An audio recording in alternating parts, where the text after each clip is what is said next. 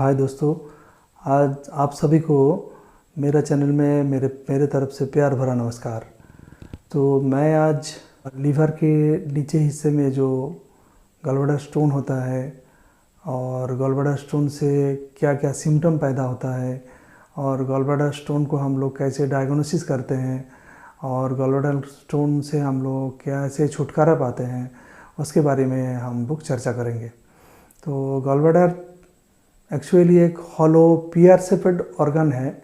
जो hollow organ वो actually situated होता है लीवर के नीचे हिस्से में। लीवर एक्चुअली एब्डोमेन का राइट साइड में होता है। तो ये जो है राइट साइड एब्डोमेन के हिस्सा में जो लीवर होता है राइट साइड एब्डोमेन में, तो लीवर में दो लोब है, एक राइट लोब है एक लेफ्ट लोब है। जो राइट लोब और लेफ्ट लोब से दो डक्ट निकलता है, जिसको हम लोग बोलते हैं राइट साइड वाला को राइट हेपेटिक डक्ट, और लेफ्ट साइड में जो डक्ट निकलती है उसको बोलते हैं लेफ्ट हेपेटिक डक्ट। तो दोनों डक्ट जो होता है वो दोनों में मिल करके फॉर्मेशन होता है कॉमन हेपेटिक डक्ट। लीवर में कूपर सेल बोल के एक सेल होता है, जो लीवर की जो कैनलिकुली है, जो कूपर सेल्स है, वो आपका स्पोक लाइक सेल है। तो वो सारी सेल वहाँ से जो जूस जो बाइल सिक्रेशन होता है वो आ करके right hepatic duct, left hepatic duct, फिर कॉमन हेपेटिक डक्ट से आ करके बाइल वहाँ पे जमता है गॉलब्लैडर में। फिर गॉलब्लैडर से सिस्टिक डक्ट के द्वारा, कॉमन बाइल डक्ट के द्वारा आ करके वो नीचे जा करके सेकंड पार्ट ऑफ ड्यूडेनम में वो मिलता है और फैट डाइजेशन में मदद करता है। यही एक जो कॉमन एनाटोमी है, कॉमन जो समझने वाली बात है एनाटोमी है, उसको मैंने थोड़ा सा बोला। जो गॉलस्टोन फिर कैसे बनता है, देखिए गॉलस्टोन में बाइल में एक्चुअली होता क्या है। जो गॉलस्टोन तो एक डिपोजिशन एक हार्ड डिपोजिशन है, which is the fluid in the gallbladder. Deposit जो हार्ड डिपोजिट है वो गॉलब्लैडर की फ्लूइड में जमता है, लेकिन ये स्मॉल होता है और कभी कभी बड़ा स्टोन भी होता है। और ये बाइल सॉल्ट और बाइल पिगमेंट दोनों कॉमन चीज़ होता है जो कि बाइल में रहता है। तो बाइल सॉल्ट दोनों है क्या, एक सोडियम टोरोकोलेट है, एक सोडियम ग्लाइकोकोलेट है। और बाइल पिगमेंट में जो बिलीरुबिन बिलीवर्डिन दोनों है। और इसका जो रेशियो होता है, अगर इम्बैलेंस होता है, बाइल सेल सॉल्ट का प्रिसिपिटेशन बहुत ज़्यादा होता है, वो अगर प्रिसिपिटेट करता है तो जमना शुरू होता है। तो हम लोग कॉमन देखते हैं कि 80% जो कॉमन स्टोन है ये एक्चुअली कोलेस्टेरॉल स्टोन है, और 20% जो स्टोन्स होता है वो कैल्शियम सॉल्ट है और बिलीरुबिन स्टोन भी होता है। तो 80% स्टोन्स जो कोलेस्टेरॉल ज़्यादा अगर होगा बाइल में, तो ये फॉर्मेशन होने की उम्मीद और चांसेस बहुत ज़्यादा बढ़ता है। कॉन्सेंट्रेशन ऑफ कोलेस्ट्रॉल बहुत ज़्यादा होगा तो स्टोन फॉर्मेशन शुरुआत होगा। कभी कभी हम लोग देखते हैं जो यूएसजी का रिपोर्ट आता है, अल्ट्रासोनोग्राफी स्कैन का जो रिपोर्ट होता है, उसमें देखते हैं sludge accumulated in the gallbladder. तो इसको हम लोग ट्रीटमेंट करने के बाद कभी कभी ये ठीक होने का उम्मीद और चांसेस बहुत ज़्यादा होता है। तो कोलेस्ट्रॉल स्टोन कब होगा, जब टू मच कोलेस्ट्रॉल होगा। कोलेस्ट्रॉल का मात्रा जब ज़्यादा होगा इन आवर बाइल, तब कोलेस्ट्रॉल स्टोन होने का चांसेस ज़्यादा है। और जो too much bilirubin in our bile होगा तो बिलीरुबिन स्टोन्स होने का ज़्यादा उम्मीद होगा। Concentration of bile due to full gallbladder, ये बिलीरुबिन बढ़ता है जब गॉलब्लैडर कभी कभी फुल होने लगता है, फुल रहता है, सिक्रेशन ज़्यादा होने लगता है, तभी ये स्टोन फॉर्मेशन होने का चांसेस होता है। अब हम लोग जो गॉलब्लैडर में जो स्टोन होता है, इसको हम लोग एनाटोमी और सर्जिकल एनाटोमी में हम लोग इसको बोलते हैं कोलिलिथियासिस। कोलिलिथियासिस मतलब जैसे नेफ्रोलिथियासिस है रेनल स्टोन, ये कोलिलिथियासिस है गॉलब्लैडर स्टोन। तो इसमें सिम्टम हम लोग देखेंगे, क्या क्या सिम्टम होगा। एक जो है नोजिया होगा, दूसरे है वोमिटिंग हो सकता है खाने के बाद, एक डार्क यूरिन हो सकता है, एक दूसरा है स्टोमक पेन और अपर एब्डोमिनल कॉलिक, जस्ट लीवर के नीचे हिस्से में, और इसमें जो एपिगेस्ट्रिक रीजन है उसमें बहुत ज़्यादा पेन हो सकता है, और आपका डायरिया होगा, लूज मोशन हो सकता है, इंडाइजेशन, और कभी कभी क्ले कलर स्टूल भी हो सकता है। टोटल ये जो सिम्टम्स है इसको हम लोग बिलियरी कॉलिक कहते हैं, बिलियरी कॉलिक बोलते हैं। ये सिम्टोमेटिक स्टोन है। जो सिम्टम हम लोग कॉमन पाते हैं और देखते हैं ये सारे सिम्टम, तो इसको हम लोग सिम्टोमेटिक स्टोन्स कहते हैं। कभी कभी हम लोग देखते हैं जो अल्ट्रासोनोग्राफी करवाया गया, आदमी दूसरे किसी कंप्लेंट के लिए क्लिनिक में आया है और उनको जो यूएसजी किया गया है, अल्ट्रासोनोग्राफी स्कैन हुआ तो उसमें स्टोन पाया गया है, लेकिन उनको कोई सिम्टम है ही नहीं इस बीमारी के बारे में। That is asymptomatic gall stone. उनको जानकारी नहीं था, ना कभी लिवर में पेन था, ना कभी स्टमक में पेन होता था, कोई सिम्टम उनमें नहीं है। ये 80% पीपल जो है ये साइलेंट स्टोन और एसिम्टोमेटिक स्टोन बीआर करते हैं। उनके पास हमको लगता है ये डायरिया कभी कभी और क्ले कलर स्टोन होना और इंडाइजेशन होना ये कॉमन सिम्टम होता है, लेकिन इंडाइजेशन को तो उतना महत्व नहीं दिया जाता है और इम्पोर्टेंस नहीं दिया जाता है।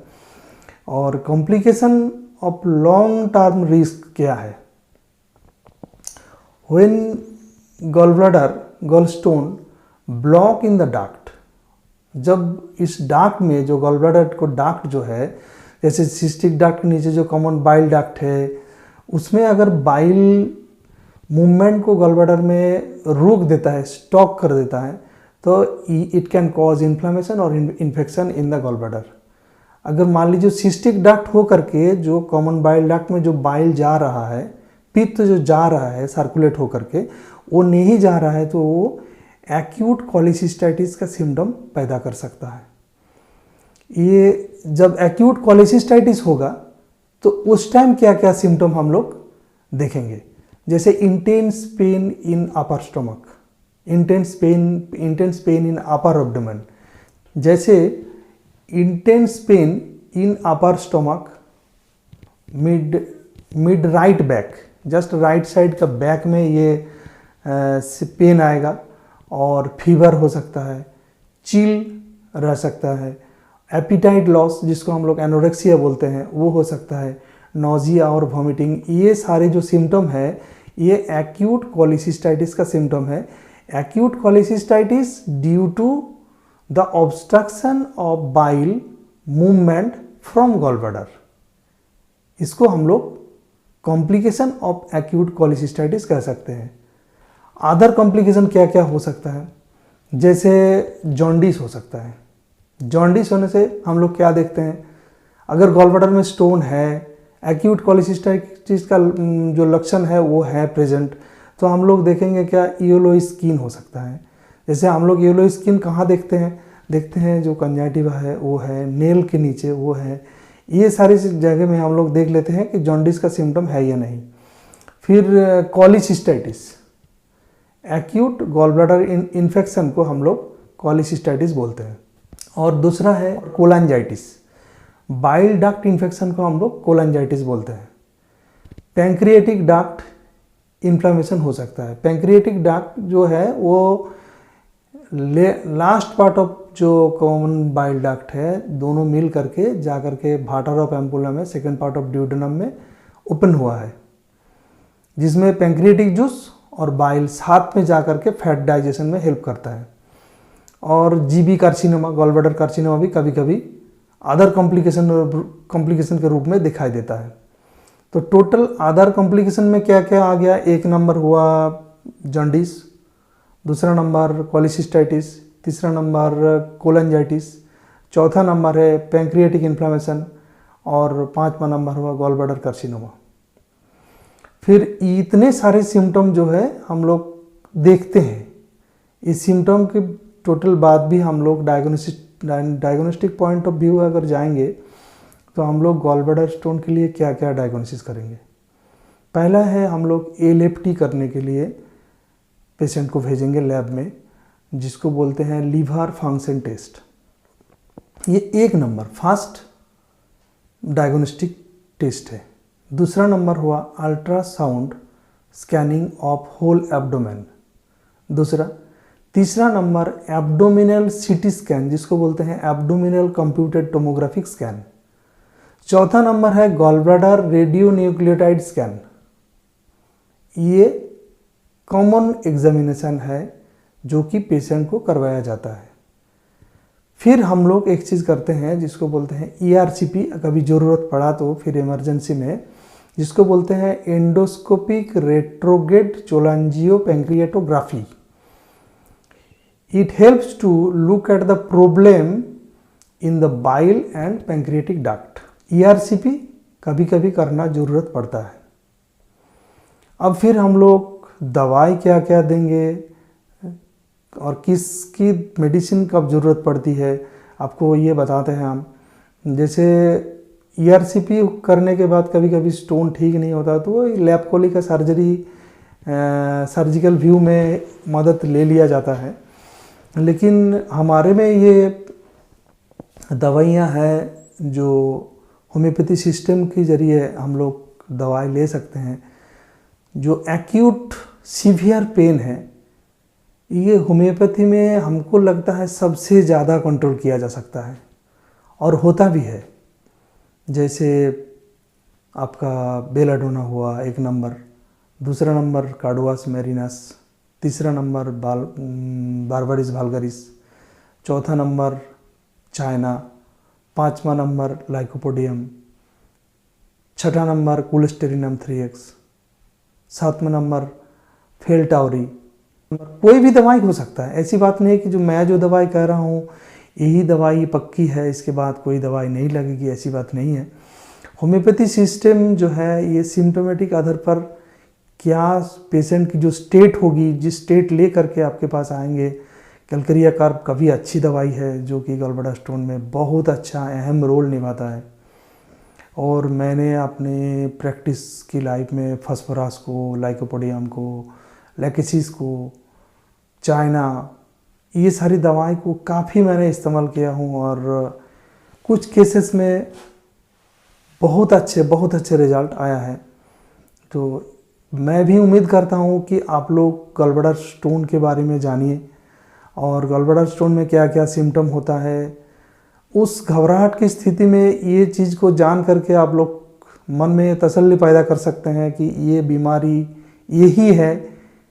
मेरे वीडियो बनाने का जो एम है यही है कि आम पीपल के सामने ये क्लियर हो जाए कि बीमारी क्या है, और बीमारी जान करके मैंने किस जगह पर जाऊं और जा कर के जो किस टाइप का ट्रीटमेंट मुझे लेना है और इस ट्रीटमेंट के ज़रिए मैंने ठीक हो जाऊंगा।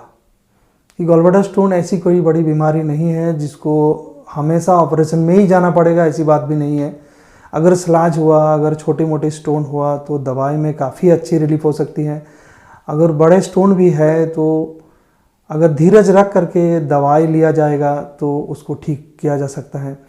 और ये आज कम्प्लीटली एक सत्य है, जो एसिम्प्टोमेटिक स्टोन है उसमें सर्जिकल इंटरवेंशन क्विकली लेना ज़रूरी नहीं है, ये मेडिकल साइंस का मानना है।